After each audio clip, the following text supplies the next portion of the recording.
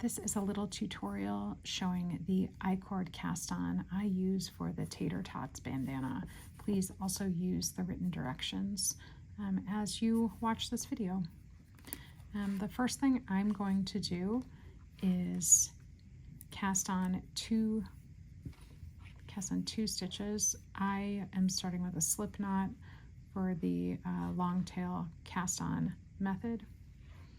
I've seen people do this without using a slip knot as well, and either way is perfectly fine. So all I've really done is cast on one stitch because my slip knot served as the other cast on. I'm going to use this locking clip stitch marker, and I'm just going to go ahead and grab these here bumps that are right beneath my needle. Sometimes I split the yarn. I'm not perfect, but I go ahead and grab these because I'm going to want to use these later. Now, if that feels awkward, you don't want to do it, that's okay. This is just a way I like to set myself up so I can I can find my work later. Set up row 1 on the right side of the work. I'm beginning to create my small I-cord for the edge. So I'm going to make sure I'm not working with my tail. And my setup row 1 asks me to knit 2 stitches and then slip the 2 stitches back to the left needle and knit those 2 stitches one more time. This is just the sweetest little I-cord. You can see there's sort of 2 V's on the side. My next direction tells me, without turning my work, pick up and knit 2 into the small I-cord that I created. So I went under both legs and I knit, pick up and knit. I'm going to go under both legs again, pick up and knit. And now my stitch count is 4. I still have this funny stitch marker hanging out. Now I'm going to turn my work to the wrong side.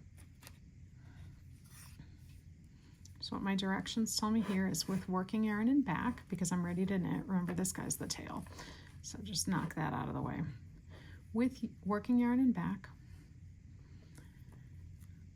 use right needle, and I can show you how to do it with the right needle or just with the stitch marker itself, to pick up and place 2 stitches from the cast on onto the left needle. So what does that mean? That means I'm gonna go ahead and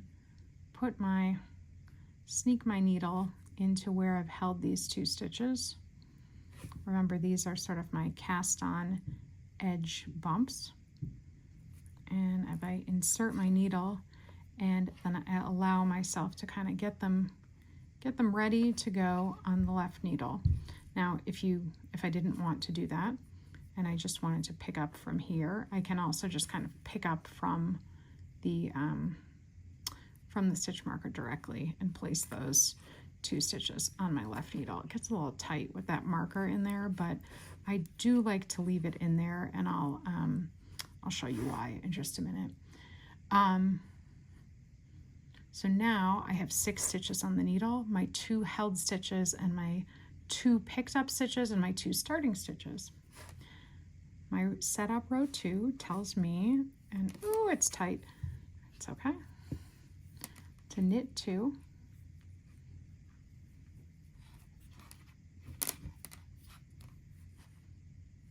then purl 2,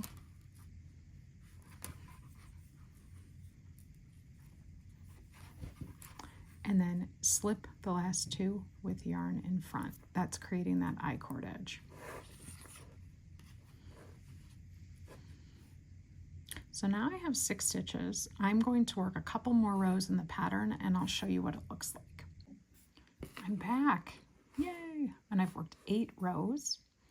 I mentioned in the pattern that I do prefer to use stitch markers surrounding these I-cord stitches. That's really not necessary, that's your preference, but this helps me to remember to stop and do the I-cord, I use the green at the beginning of the right side row because, as I said in the pattern, green means go.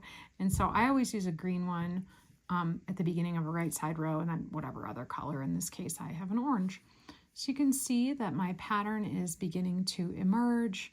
I left the stitch marker in because I wanted to show you. I usually like to do a couple of rows before I take this out. But remember, this was just marking my cast on. It wasn't actually holding anything, and so that looks pretty darn good, right? So that is how I am establishing the pattern that comes together for the Tater Tots bandana. So this is my cast on edge. I go, go, go, go, go, go, go, go, go. And then I have another video where I'll show you how I work the bind off. Thanks.